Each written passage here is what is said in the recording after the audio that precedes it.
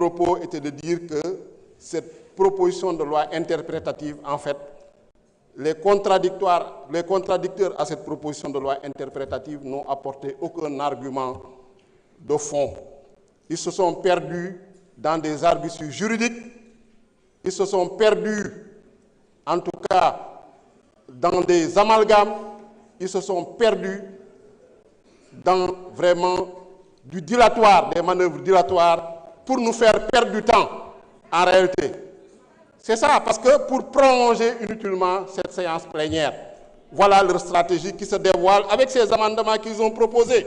Parce que tout à l'heure, ils sont venus nous dire qu'ils sont contre cette proposition de loi interprétative. Comment tu peux amender une proposition de loi interprétative et avant même que tu déposes les amendements, tu dis que je vais voter contre la proposition de loi interprétative. Ils sont même contre le principe de la loi interprétative. Maanaam ñoom ànduñu sax ci loi interprétative ñoom dañu ne woon nañu bàyyi amnistie bi ñu dem ba ci biir ne amnistie bi suñ koy dindi amul abrogation partielle parce que dañuy jaawale interprétative ak abrogation partielle comme seen droit mokkul xamuñu sax Amadou Ba lan la déposé. Il a fallu que Amadou Ba dam di expliquer sonn bay bëgg a dee dem ci ñu dem na saaga nañ ko sax ñoo xam ne comprendre ñu dara amuñu diplôme amuñu lijaasa xamuñu dara def nañu ay 10 législatures duñu lire duñu xool kayit yi duñu xool rapport dañuy bind ay questions écrites di poser ay man am na kenn suñu benn collègue boo xam ne nee na def na fi 5 législatures bee passé posé na question écrite ministre des finances tontu ko ne ko lu ngay wax yëpp dara du ci dëgg bu ñu distribuer question écrite dama ruus sax pourtant da ngay soo ko liiree suy posé question écrite saa yu posé rek wax journaliste yi publier leen ko journaliste posé question bi mais bañ ko tontuwee partagé wul réponse yi de nañ ñu partagé réponse bi ak journaliste ngeen xam ne question écrite ñu muy posé ay question tappale la donc nañu bàyyi tappale bi nañu bàyyi caaxaan bi munoo il faut être cohérent munoo nekk contre dara ba pare na da nga koy amender donc perte de temps boobu da ngeen war a respecter sénégalais yi munoo leen ñëw proposition de loi bi ñu indi ko bureau ngeen ne da ngeen gedd seen poste bureau bi bu ñu leen ko joxee ñu leen proposer leen candidat ngeen bañ kenn représenté wu leen fa à part la présidente du groupe parlementaire conférence des présidents su jotee suñu wootee kenn du ñëw ñu fixé datu commission bi kenn gisu leen fa ñu déposé ay amendement gisuñu leen ngeen xaar ba ñëw séance plénière ngeen di naan ay débat amendement contre projet et cetera patati patata je pense que dañu war a sérieux lu ñuy def nii sénégalais yi ñoo ñu fi yónni on fait un travail sérieux donc amendement yi on va dañuy voter contre parce que y a du dara sérieux aussi c'est juste du pur dilatoire merci. Monsieur le président de la commission.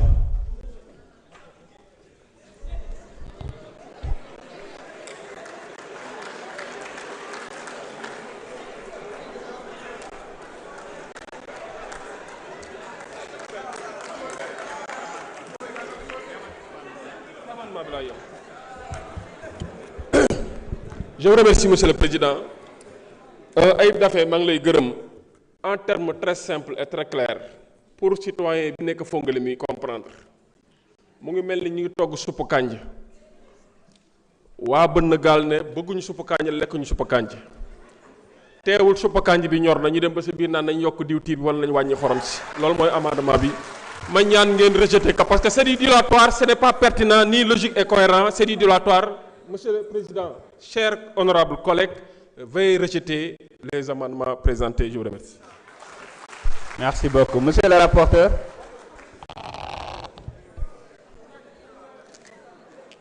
Merci, Monsieur le Président. Monsieur le Président, dañuy aborder dans le même sens que notre président de la commission. Defe naa ni on ne peut pas vouloir une chose et son contraire. Donc nañu continuer travaux yi.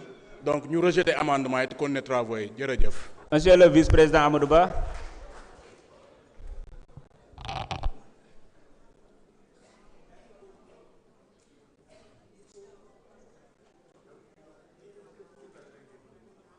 Veuillez insérer votre carte, s'il vous plaît.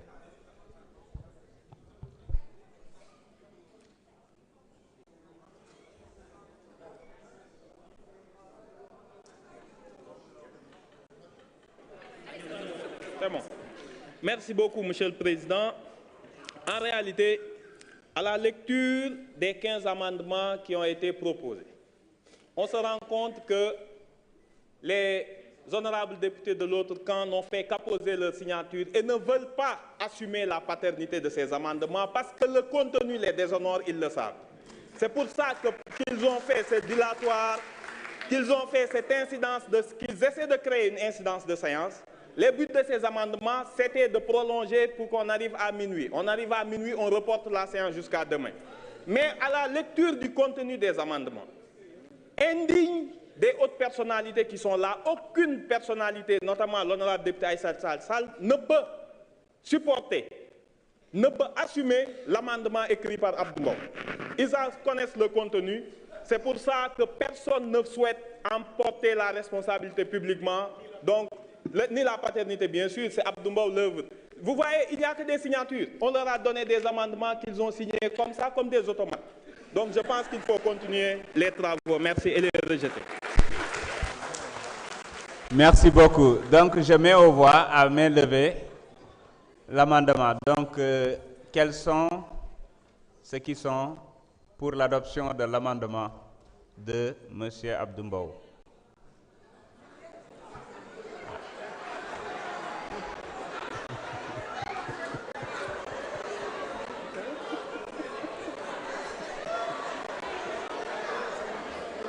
Quels sont ceux qui sont contre? L'Assemblée a rejeté.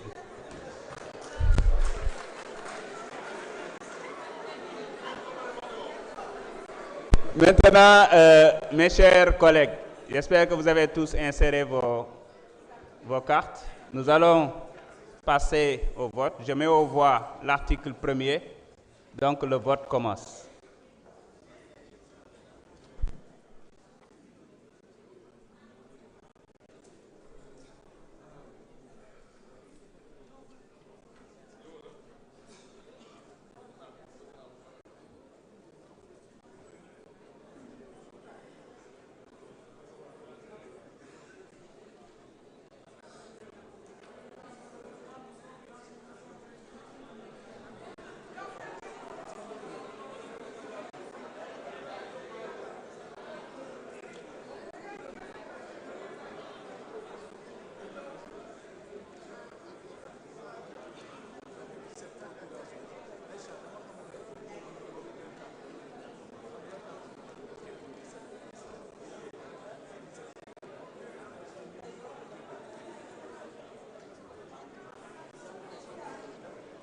Tout le monde a voté.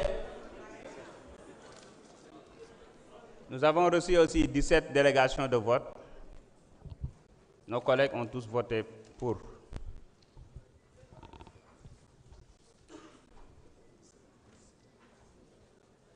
Nous avons sur 165, 145 participations. 126 ont voté pour, 19 contre, abstention 0. L'Assemblée a adopté. Monsieur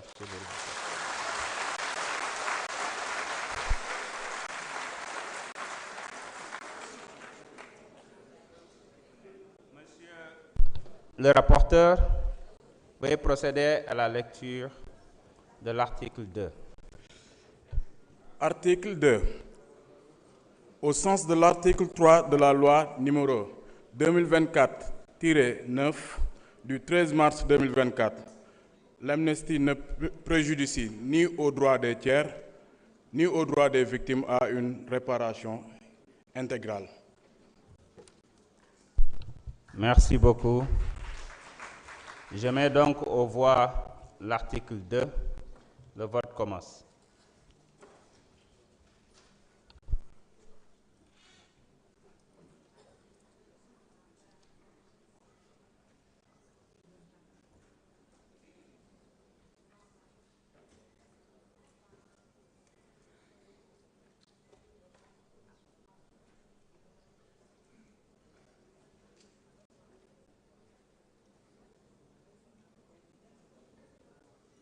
Tout le monde a voté?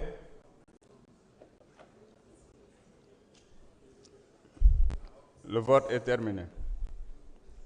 Sur 165, nous avons 143 participations, 126 pour, 17 contre, abstention 0. L'Assemblée a adopté. Avant de passer au vote de l'ensemble du texte, je voudrais vous signaler que j'ai reçu 12 explications de vote.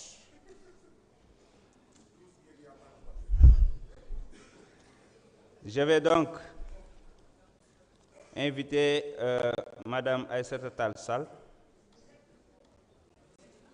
pour une explication de vote en vertu de l'article 78 de notre règlement intérieur.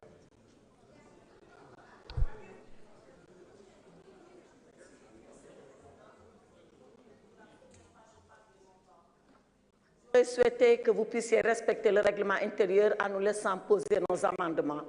Mais puisque vous avez décidé de façon arbitraire, ce que je regrette, Monsieur le Président, de façon abusive, vous avez décidé qu'on ne parlerait pas, on vous cède la parole et toute la parole. Faites et dehors, nous vous attendrons. Je vous en remercie. Merci beaucoup. Monsieur Dimo Soare, merci beaucoup. Monsieur Amadou Diallo, numéro 1, Adjarama.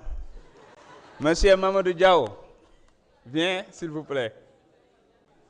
Merci beaucoup. Monsieur Baran Fafana, je vous remercie.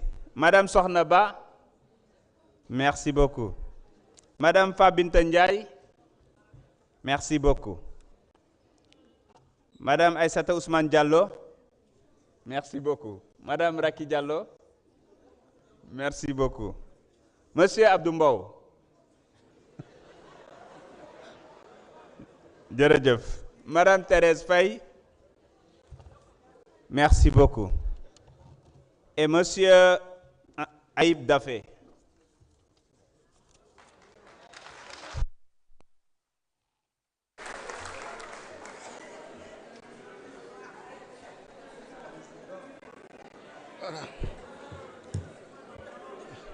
Monsieur le Président, chers collègues, je pense qu'il n'est plus nécessaire de tirer sur l'ambulance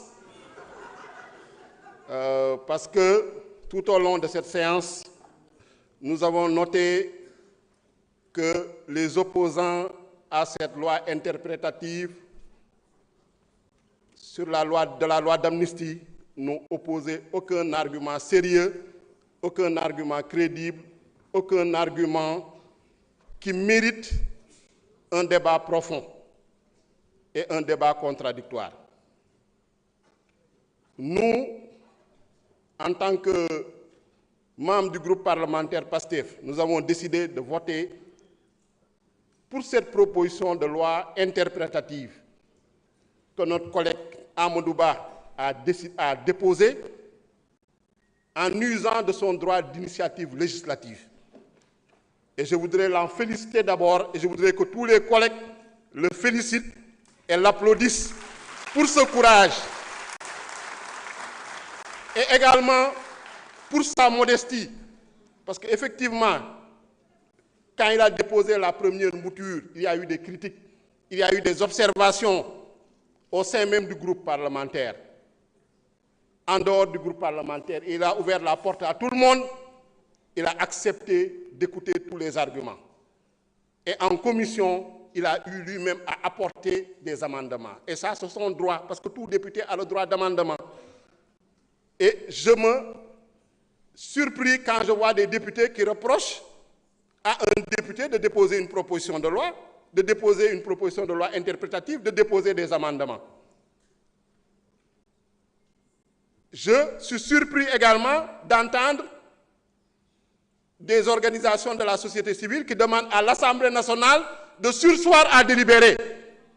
Alors qu'il n'y a pas 4 mois derrière, nous battions campagne, allions vers les Sénégalais, nous tous, pouvoir opposition non inscrits, pour demander du suffrage. Et ces suffrages-là, on les a demandés pourquoi? C'est pour légiférer, c'est pour délibérer. Et on nous dit non, il faut surseoir à délibérer pour des concertations. À la veille de la séance plénière, alors que plus d'1 mois s'est passé depuis le dépôt de cette proposition de loi jusqu'à la tenue de cette séance plénière. Je rappelle que la commission, on l'a tenue le 21 mars. Pendant tout ce temps-là, personne ne s'est rapproché de nous, moi en tant que président du groupe parlementaire, pour dire il faut qu'on discute, il faut qu'on se concerte. Personne ne s'est rapproché de l'auteur, Amadou Ba. On a expliqué aux Sénégalais, on est allé tenir des conférences de presse, on est allé sur les plateaux de télévision expliquer cette proposition de loi partout. Discuter avec les Sénégalais, discuter avec les organisations sérieuses qui se préoccupent des victimes, discuter avec les victimes, avec les détenus. C'est pourquoi quand ils ont compris, ils ont soutenu cette proposition de loi.